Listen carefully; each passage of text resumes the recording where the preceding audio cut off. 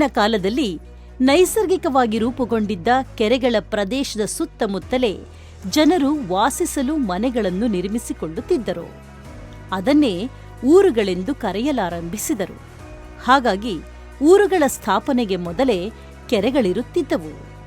ಇತ್ತೀಚಿನ ವರ್ಷಗಳಲ್ಲಿ ಗ್ರಾಮಗಳ ಬೇಡಿಕೆಗಳಿಗೆ ಅನುಗುಣವಾಗಿ ಹೊಸದಾಗಿ ಕೆರೆಗಳನ್ನು ನಿರ್ಮಿಸುವ ಕೆಲಸಗಳೂ ಆಗಿವೆ. ಆದರೆ ನೈಸರ್ಗಿಕವಾಗಿ ರೂಪುಗೊಂಡ ಕೆರೆಗಳದ್ದೇ ಸಿಂಹಪಾಲು ಎಂದರೆ ತಪ್ಪಾಗಲಾರದು. ಕೆರೆಗಳು ಗ್ರಾಮೀಣ ಭಾಗಗಳ ಜೀವಜಲ ಪೂರೈಸುವ ಪ್ರಾಕೃತಿಕ ಸಂಪತ್ತು. ಹರಿದು ಬರುವ ಮಳೆಯ ನೀರನ್ನು ತನ್ನ ಒಡಲಲ್ಲಿಟ್ಟುಕೊಂಡು ಜನ ಜಾನುವಾರುಗಳ ನೀರಿನ ದಾಹ ಪೂರೈಸುವ ಜಲಸಂಪನ್ಮೂಲ ಕೇಂದ್ರಗಳಾಗಿವೆ. ಕೃಷಿ ಚಟುವಟಿಕೆಗಳಿಗೂ ನೀರನ್ನೊದಗಿಸುವ ಕೆರೆಗಳು ಗ್ರಾಮೀಣರ ಜೀವನದ ಅವಿಭಾಜ್ಯ ಅಂಗವಾಗಿವೆ. ನಮ್ಮ ರಾಜ್ಯ ಬಹುಪಾಲು ಕೃಷಿ ಆಶ್ರಿತವಾಗಿದೆ. ಕೃಷಿಯೇ ಜನರ ಜೀವನಾಡಿ. ಕೃಷಿಗೆ ನೀರಿನ ಅವಲಂಬನೆ ಅವಶ್ಯಕ. ನಮ್ಮಲ್ಲಿ ಬಹುಪಾಲು ಮಳೆಯಾಶ್ರಿತ ಕೃಷಿ ಚಟುವಟಿಕೆಗಳಿಗೆ ಹೆಚ್ಚು ಆದ್ಯತೆ. ಮಳೆಗಾಲ ಹೊರತುಪಡಿಸಿ ಉಳಿದ ಸಮಯದಲ್ಲಿ ರೈತರಿಗೆ ನಿರಂತರ ನೀರು ಒದಗಿಸುವ ಮಹತ್ತರ ಕಾರ್ಯವನ್ನು ಸಣ್ಣ ನೀರಾವರಿ ಮತ್ತು ಅಂತರ್ಜಲ ಅಭಿವೃದ್ಧಿ ಇಲಾಖೆ ಅತ್ಯಂತ ಸಮರ್ಥವಾಗಿ ನಿರ್ವಹಿಸುತ್ತಿದೆ. ನೀರು ಮನುಷ್ಯರಿಗೆ ಎಷ್ಟು ಮುಖ್ಯವೋ ಪ್ರಾಣಿಗಳಿಗೂ ಅಷ್ಟೇ ಮುಖ್ಯ. ನಾವು ಬೆಳೆಯುವ ಬೆಳೆಗಳಿಗೆ, ಕುಡಿಯುವ ನೀರಿಗೆ, ಪ್ರಾಣಿ ಪಕ್ಷಿಗಳಿಗೂ ನೀರು ಅತ್ಯಂತ ಅವಶ್ಯಕ. ಜನರು ಮೂಲ ಜೀವನಾಧಾರವಾಗಿರುವ ನೀರಿಗೆ ಮಳೆಯ ಆಶ್ರಯವಾಗಿದೆ. ಮಳೆಯಿಂದ ಹಳ್ಳೆಕೊಳಗಳಿಗೆ ನೀರು ಹರಿದು ಕೇಳಿ ಸೇರುತ್ತವೆ, ನದಿಗಳಿಗೆ ಹರಿಯುತ್ತಿರುವ ಇದು ಜನರ ಜೀವನಾಡಿಯಾಗಿರುತ್ತದೆ. ಪ್ರಾಕೃತಿಕ ವಿಕೋಪ ಸಂದರ್ಭದಲ್ಲಿ ಬರಗಾಲದಲ್ಲಿ ಸಕಾಲದಲ್ಲಿ ಮಳೆಯಾಗದೆ ಜನಜಾನುವಾರುಗಳು ಅತೀವ ಸಂಕಷ್ಟಕ್ಕೀಡಾಗುತ್ತವೆ. ಇಂತಹ ಸಂದರ್ಭಗಳಲ್ಲಿ ನಾಡಿನ ಜನರಿಗೆ, ಜಾನುವಾರುಗಳಿಗೆ ಜೀವನಕ್ಕೆ, ವಿಶೇಷವಾಗಿ ಕೃಷಿ ಚಟುವಟಿಕೆಗಳಿಗೆ ನೀರು ಒದಗಿಸುವ ಸರ್ಕಾರದ ಮುಖ್ಯ ಜವಾಬ್ದಾರಿಯಾಗಿದೆ. ಕೆರೆಗಳು ಮತ್ತು ಜಲಮೂಲಗಳ ಮೂಲಕ ಕೃಷಿಗೆ ನೀರು ಒದಗಿಸುವುದು ಹಿಂದಿನಿಂದಲೂ ಬೆಳೆದುಕೊಂಡು ಬಂದಿದೆ. ನಮ್ಮಲ್ಲಿನ ಬಹುಪಾಲು ಕೃಷಿಕರು ಕೆರೆಗಳು ಮತ್ತಿತರ ಜಲಮೂಲಗಳ ಮೇಲೆ ಅವಲಂಬಿತರಾಗಿದ್ದಾರೆ. ಈ ಹಿನ್ನೆಲೆಯಲ್ಲಿ ಕೆರೆಗಳನ್ನು ತುಂಬಿಸುವ ಯೋಜನೆಗಳನ್ನು ಇಲಾಖೆ ನಿರ್ವಹಿಸುತ್ತಿದೆ. ಕೆರೆಗಳ ನಿರ್ವಹಣೆ, ಪಿಕಪ್ಗಳು, ಬಂದಾರಗಳು, ಬ್ಯಾರೇಜ್ಗಳ ನಿರ್ಮಾಣ ಮತ್ತು ಏತ ನೀರಾವರಿ ಯೋಜನೆಗಳ ಅನುಷ್ಠಾನದ ಮೂಲಕ ರೈತರಿಗೆ ಅಗತ್ಯವಾದ ನೀರು ಹರಿಸುವ ಮುಖೇನ ಕೃಷಿ ಚಟುವಟಿಕೆಗಳಿಗೆ ಅನುಕೂಲ ಕಲ್ಪಿಸುವಲ್ಲಿ ಪ್ರಮುಖ ಪಾತ್ರ ವಹಿಸುತ್ತಿದೆ. ಅಲ್ಲದೆ ತಳಮಟ್ಟಕ್ಕೆ ಕುಸಿದ ಅಂತರ್ಜಲ ಮಟ್ಟ ಹೆಚ್ಚಾಗಿ ಜನರಿಗೆ ಕುಡಿಯುವ ನೀರು ಮತ್ತು ಬೋರ್ವೆಲ್ ಆಧಾರಿತ ಕೃಷಿ ಚಟುವಟಿಕೆಗಳಿಗೆ ಅನುಕೂಲವಾಗಿದೆ.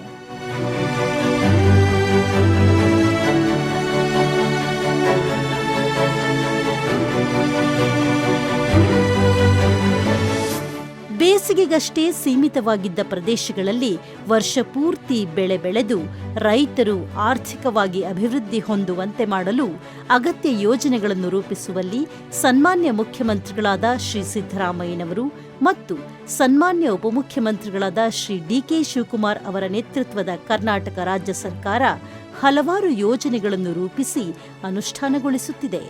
ಇದರಿಂದ ರೈತರ ಬದುಕು ಹಸನಾಗುತ್ತಿದೆ.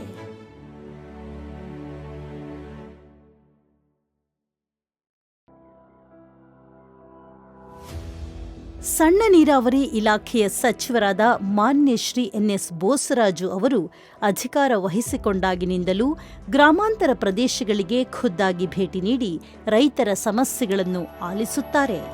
ರೈತರ ಕೃಷಿ ಚಟುವಟಿಕೆಗಳಿಗೆ ಅಗತ್ಯ ನೀರು ಒದಗಿಸುವಲ್ಲಿ ಅತ್ಯಾಸಕ್ತಿಯಿಂದ ಕಾರ್ಯನಿರ್ವಹಿಸುತ್ತಿದ್ದಾರೆ. ರೈತರ ಮುಖದಲ್ಲಿನ ಮಂದಹಾಸಕ್ಕೆ ಕಾರಣರಾಗಿದ್ದಾರೆ.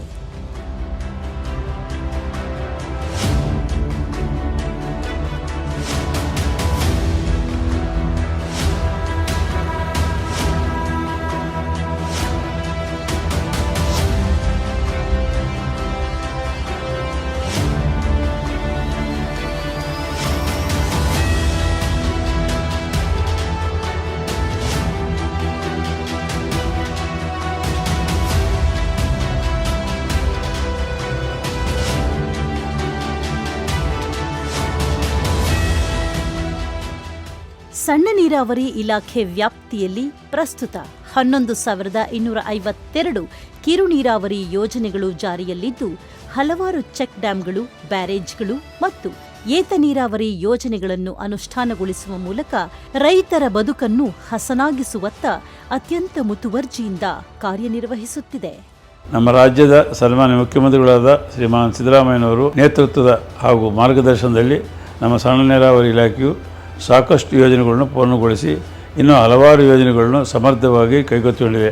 ಗ್ರಾಮೀಣ ಭಾಗಗಳಲ್ಲಿ ಕೆರೆಗಳನ್ನು ನಿರ್ಮಿಸೋದು, ಇರುವ ಕೆರೆಗಳನ್ನು ದುರಸ್ತಿ, ಅಭಿವೃದ್ಧಿ, ಬಾಂಧರಗಳು, ಬ್ಯಾರೇಜ್ಗಳನ್ನು, ಬ್ರಿಡ್ಜ್ಗಳು ನಿರ್ಮಾಣ, ನೀರು ಸಂಗ್ರಹಕ್ಕೆ ಅಗತ್ಯ ನೀರು ಪೂರೈಕೆಗೆ ಸರ್ಕಾರ ಮತ್ತು ನಮ್ಮ ಇಲಾಖೆ ಬದ್ಧವಾಗಿ ಕಾರ್ಯನಿರ್ವಹಿಸುತ್ತಿದೆ. ಸಣ್ಣ ನೀರಾವರಿ ಇಲಾಖೆ ಮತ್ತು ಅಂತರ್ಜಲ ಮಟ್ಟ ಅಭಿವೃದ್ಧಿ ಯೋಜನೆ ಅಡಿಯಲ್ಲಿ ಬಿಜಾಪುರ ವಲಯದಲ್ಲಿ ಬಿಜಾಪುರ ಮತ್ತು ಬಾಗಲಕೋಟೆ ಜಿಲ್ಲೆಗಳನ್ನು ಒಳಗೊಂಡಿದೆ. ಈ ವಿಭಾಗದಲ್ಲಿ ಒಟ್ಟು 226 ಕೆರೆಗಳನ್ನು ಅಭಿವೃದ್ಧಿಪಡಿಸಲಾಗುತ್ತಿದೆ. ಈ ವಿಭಾಗದ ಬಿಜಾಪುರ ಜಿಲ್ಲೆಯ ಬಹುಪಾಲು ಕೆರೆಗಳಿಗೆ ಕೃಷ್ಣಾ ನದಿಯಿಂದ ನೀರು ಹರಿಸಿ ತುಂಬಿಸಿ ನೀರಾವರಿ ಸೌಲಭ್ಯ ಒದಗಿಸಲಾಗುತ್ತಿದೆ.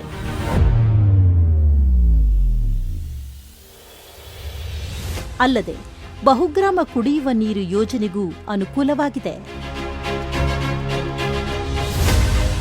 ಬಾಗಲಕೋಟೆ ಜಿಲ್ಲೆಯ ಜನರ ಕೃಷಿ ಚಟುವಟಿಕೆಗಳು ಮತ್ತು ಕುಡಿಯುವ ನೀರನ್ನು ಒದಗಿಸಲು ಘಟಪ್ರಭಾ ಮತ್ತು ಮಲಪ್ರಭಾ ನದಿಯ ನೀರನ್ನು ಒದಗಿಸಲಾಗುತ್ತಿದೆ. ಈ ಎರಡೂ ಜಿಲ್ಲೆಗಳಲ್ಲಿ ಒಟ್ಟಾಗಿ 4 ನದಿಗಳು ಹರಿದಿದ್ದಾವೆ. ಬಿಜಾಪುರದಲ್ಲಿ ಕೃಷ್ಣಾ ನದಿ ಮತ್ತು ಭೀಮಾ ನದಿ 2 ನದಿ ಹರಿದವು. ಘಟಪ್ರಭಾ, ಮಲಪ್ರಭಾ ಬಾಗಲಕೋಟೆ ಜಿಲ್ಲೆಯಲ್ಲಿ ಹರಿದವು. ಆ 2 ನದಿಗಳಿಗೆ ಅಡ್ಡಲಾಗಿ ಬ್ಯಾರೇಜ್ಗಳು, ಬ್ರಿಡ್ಜ್ ಕಮ್ ಬ್ಯಾರೇಜ್ಗಳು ನಿರ್ಮಾಣ ಆಗಿದೆ ನಮ್ಮ ಸಣ್ಣ ನೀರಾವರಿ ಇಲಾಖೆಗಳಿಂದ. ಅಷ್ಟಲ್ಲದೆ 483 ಬ್ರಿಡ್ಜ್ ಕಮ್ ಬಾಂಧಾರಗಳು ಅಥವಾ ಬಾಂಧಾರಗಳು, ಚೆಕ್ ಡ್ಯಾಮ್ಗಳು ಎಲ್ಲ ನಿರ್ಮಾಣ ಆಗ್ಯಾವು. ಅದರಿಂದಾಗಿ 4,000ರಿಂದ 5,000 ಹೆಕ್ಟೇರ್ ಅದು ನೀರಾವರಿ ಅಚ್ಚುಕಟ್ಟು ಪ್ರದೇಶ ಕ್ರಿಯೇಟ್ ಆಗಿದೆ. ಅದು ಅಲ್ಲದೆ ಈ ಕೆರೆಗಳು ಮತ್ತು ಬಾಂಧಾರಗಳು ಇವೆಲ್ಲವರಿಂದ ಒಟ್ಟಾಗಿ ಒಂದು 80,000ರಿಂದ 90,000 ಹೆಕ್ಟೇರ್ ನೀರಾವರಿ ಆಗ್ತದೆ. ಅಲ್ಲದೆ ಮಲ್ಟಿವಿಲೇಜ್ ಸ್ಕೀಮ್ ನೀರು ಕುಡಿಯೋದಕ್ಕೂ ಉಪಯೋಗ ಆಗ್ತವೆ. ಎಲ್ಲ ಥರದಿಂದಲೂ ಮತ್ತು ಮೇಲಿಂದ ಮೇಲೆ ಕೃಷ್ಣಾ ನದಿಯಿಂದ ನೀರನ್ನು ತುಂಬಿಸುವುದರಿಂದ ಎಲ್ಲ ಕೆರೆಗಳು ಸಮೃದ್ಧಿ ಆಗಿದಾವು. ಈ ಸಣ್ಣ ನೀರಾವರಿ ಇಲಾಖೆಯಿಂದ ಅತ್ಯಂತ ಅದ್ಭುತವಾದ ಉಪಯೋಗ ಜನರಿಗೆ ಆಗ್ಲಕತ್ತದ ಅನ್ನೋಕೆ ಹರ್ಷ ಆಗ್ತದೆ. ಬಿಜಾಪುರ ವಿಭಾಗದಲ್ಲಿ ಒಟ್ಟಾರೆಯಾಗಿ 483 ಬ್ರಿಡ್ಜ್ ಕಮ್ ಬಾಂಧಾರಗಳನ್ನು ನಿರ್ಮಿಸಲಾಗಿದ್ದು, ಇದರಿಂದ ಸುಮಾರು 5,000 ಹೆಕ್ಟೇರ್ ಅಚ್ಚುಕಟ್ಟು ಪ್ರದೇಶಕ್ಕೆ ನೀರು ಒದಗಿಸಲು ಸಹಕಾರಿಯಾಗುತ್ತಿದೆ. ಅಲ್ಲದೆ ಏತ ನೀರಾವರಿ ಯೋಜನೆಗಳು, ಬ್ರಿಡ್ಜ್ ಮತ್ತು ಬಾಂಧಾರಗಳ ನಿರ್ಮಾಣದಿಂದ ಒಟ್ಟಾರೆಯಾಗಿ ಸುಮಾರು 80ರಿಂದ 90,000 ಹೆಕ್ಟೇರ್ ಪ್ರದೇಶಗಳಿಗೆ ನೀರಾವರಿ ಸೌಕರ್ಯ ದೊರಕಿಸಲಾಗುತ್ತಿದೆ.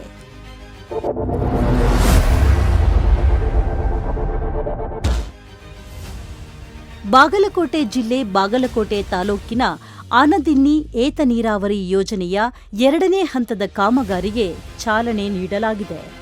ಅಂದಾಜು 28 ಕೋಟಿ ರೂಪಾಯಿ ವೆಚ್ಚದ ಈ ಕಾಮಗಾರಿಯಿಂದ ಈ ಭಾಗದ ಜನರಿಗೆ ಘಟಪ್ರಭಾ ನದಿ ನೀರನ್ನು ಒದಗಿಸಲಾಗುತ್ತಿದೆ.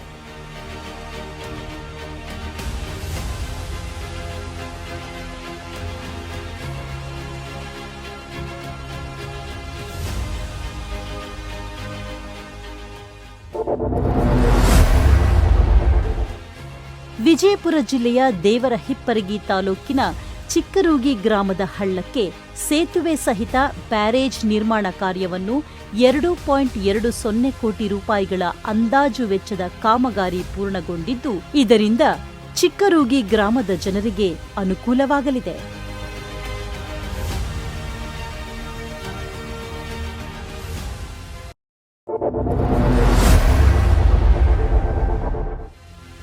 ವಿಜಯಪುರ ಜಿಲ್ಲೆಯ ಚಡಚಣ ತಾಲೂಕಿನ ಲಮಾಣಿಹಟ್ಟಿ ಕೇತನ ತಾಂಡ ರಸ್ತೆಗೆ ಅಡ್ಡಲಾಗಿ ಸೇತುವೆ ಸಹಿತ ಬ್ಯಾರೇಜ್ ನಿರ್ಮಾಣ ಕಾರ್ಯ ಕೈಗೆತ್ತಿಕೊಳ್ಳಲಾಗಿದೆ.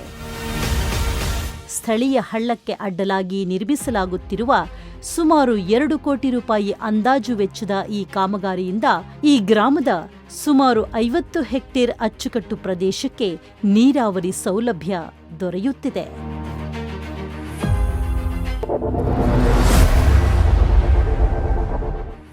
ಬಾಗಲಕೋಟೆ ತಾಲೂಕಿನ ಮುಚ್ಚಕುಂಡಿ ಗ್ರಾಮದ ಕೆರೆಗೆ ಏತ ನೀರಾವರಿ ಮೂಲಕ ನೀರು ತುಂಬಿಸುವ 2ನೇ ಹಂತದ ಕಾಮಗಾರಿಗೆ ಚಾಲನೆ ನೀಡಲಾಗಿದ್ದು 49 ಕೋಟಿ ರೂಪಾಯಿ ಅಂದಾಜು ವೆಚ್ಚದ ಈ ಕಾಮಗಾರಿಯಿಂದ ಆ ಭಾಗದ ಜನರಿಗೆ ಅನುಕೂಲವಾಗಲಿದೆ.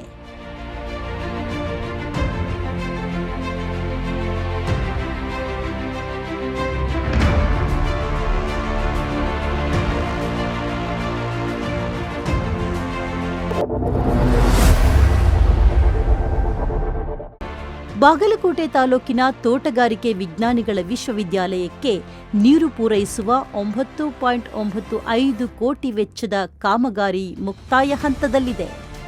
ಈ ಯೋಜನೆಯಿಂದ ತೋಟಗಾರಿಕೆ ವಿಶ್ವವಿದ್ಯಾಲಯದ 40 ಹೆಕ್ಟೇರ್ ಪ್ರದೇಶಕ್ಕೆ ನೀರು ಒದಗಿಸುವುದಲ್ಲದೆ ವಿಶ್ವವಿದ್ಯಾಲಯದ ಬಳಕೆಗೂ ನೀರು ಒದಗಿಸಲಾಗುತ್ತಿದೆ.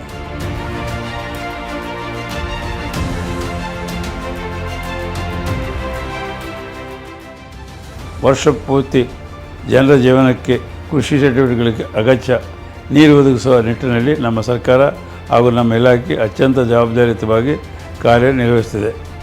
ಒಟ್ಟಾರೆಯಾಗಿ ರಾಜ್ಯದ ಜಲಮೂಲಗಳ ಸಮಗ್ರ ನಿರ್ವಹಣಾ, ಆ ಮೂಲಕ ಅಂತರ್ಜಲ ಅಭಿವೃದ್ಧಿಗೆ ಭದ್ರ ಬುನಾದಿ ಹಾಕುವ ಮೂಲಕ ಸುಸ್ಥಿರ ಹಾಗೂ ಸಮೃದ್ಧ ಕರ್ನಾಟಕ ನಿರ್ಮಾಣ ಕೈ ನಾಂದಿ ಹಾಡಿದೆ. ಪರಿಶಿಷ್ಟ ಜಾತಿ ಹಾಗೂ ಪಂಗಡದ ರೈತರಿಗೆ ದಾಖಲ ಮಟ್ಟದಲ್ಲಿ ಕೊಳವೆ ಬಾವಿಗಳನ್ನು ಮಂಜೂರು ಮಾಡಿ ರೈತರಿಗೆ ನೀರಿನ ಭದ್ರತೆಯನ್ನು ಒದಗಿಸಿದ್ವಿ. ನಮ್ಮ ಇಲಾಖೆ ವತಿಯಿಂದ ಮುಂದಿನ ದಿನಗಳಲ್ಲಿ ಕೃಷಿ, ಕುಡಿಯುವ ನೀರು ಹಾಗೂ ಅಂತರ್ಜಲ ಅಭಿವೃದ್ಧಿಗಾಗಿ ನೀರಿನ ಭದ್ರತೆ ಒದಗಿಸುವ ಯೋಜನೆಗಳನ್ನು ನಿರಂತರವಾಗಿ ಕೈಗೊಳ್ಳುತ್ತಿದೆ. ಸಣ್ಣ ನೀರಾವರಿ ಮತ್ತು ಅಂತರ್ಜಲ ಅಭಿವೃದ್ಧಿ ಇಲಾಖೆ ವತಿಯಿಂದ ಕೈಗೆತ್ತಿಕೊಳ್ಳಲಾಗಿರುವ ಯೋಜನೆಗಳಿಂದ ಪರಿಶಿಷ್ಟ ಜಾತಿ ಮತ್ತು ಪರಿಶಿಷ್ಟ ಪಂಗಡದವರಿಗೆ, ಸಾಮಾನ್ಯ ವರ್ಗದವರಿಗೆ ಕೊಳವೆ ಬಾವಿ ಕೊರೆಸಲು ಆರ್ಥಿಕ ನೆರವು ನೀಡಲಾಗಿದೆ. ಇಲಾಖೆ ವತಿಯಿಂದ ಬಿಜಾಪುರ ವಿಭಾಗದ ಬಿಜಾಪುರ ಮತ್ತು ಬಾಗಲಕೋಟೆ ಜಿಲ್ಲೆಗಳಲ್ಲಿ ಕೊಳವೆ ಬಾವಿಗಳನ್ನು ಕೊರೆಸಿ ರೈತರಿಗೆ ಅನುಕೂಲ ಕಲ್ಪಿಸಲಾಗಿದೆ. ಹಲವಾರು ಜನಸ್ನೇಹಿ ಯೋಜನೆಗಳ ಮೂಲಕ ಕಳೆದ 2 ವರ್ಷಗಳಿಂದ ಜನಪರ ಆಡಳಿತ ನೀಡುತ್ತಿರುವ ಸನ್ಮಾನ್ಯ ಮುಖ್ಯಮಂತ್ರಿಗಳಾದ ಶ್ರೀ ಸಿದ್ದರಾಮಯ್ಯನವರ ನೇತೃತ್ವದ ಕರ್ನಾಟಕ ಸರ್ಕಾರದಿಂದ ಸಣ್ಣ ನೀರಾವರಿ ಇಲಾಖೆಯ ಹಲವಾರು ಯೋಜನೆಗಳು ಜಾರಿಯಾಗುತ್ತಿವೆ ಹಾಗೂ ಮಾನ್ಯ ಸಚಿವರಾದ ಎನ್ಎಸ್ ಬೋಸರಾಜು ಅವರ ದಕ್ಷ ಆಡಳಿತದಿಂದ ಗ್ರಾಮೀಣ ಪ್ರದೇಶಗಳಿಗೆ ನೀರು ಹರಿಯುತ್ತಿದೆ. ಬರಡು ಭೂಮಿ ಹಸಿರಾಗುತ್ತಿದೆ. ಕೈತುಂಬಾ ಬೆಳೆ ಬಂದು ರಾಶಿ ರಾಶಿ ಕಾಳುಗಳು ರೈತರ ಕೈ ಸೇರುತ್ತಿವೆ. ಕೃಷಿಕ ಅನ್ನದಾತರ ಬದುಕು ನಿರಾತಂಕವಾಗುತ್ತಿದೆ. ಇದಲ್ಲದೆ ಬಹುಗ್ರಾಮ ಕುಡಿಯುವ ನೀರಿನ ಯೋಜನೆಯಿಂದ ಗ್ರಾಮಗಳ ಕುಡಿಯುವ ನೀರಿನ ಬವಣೆ ನೀಗಿದ್ದು ಜನರ ಮೊಗದಲ್ಲಿ ಮಂದಹಾಸ ಮೂಡಿದೆ.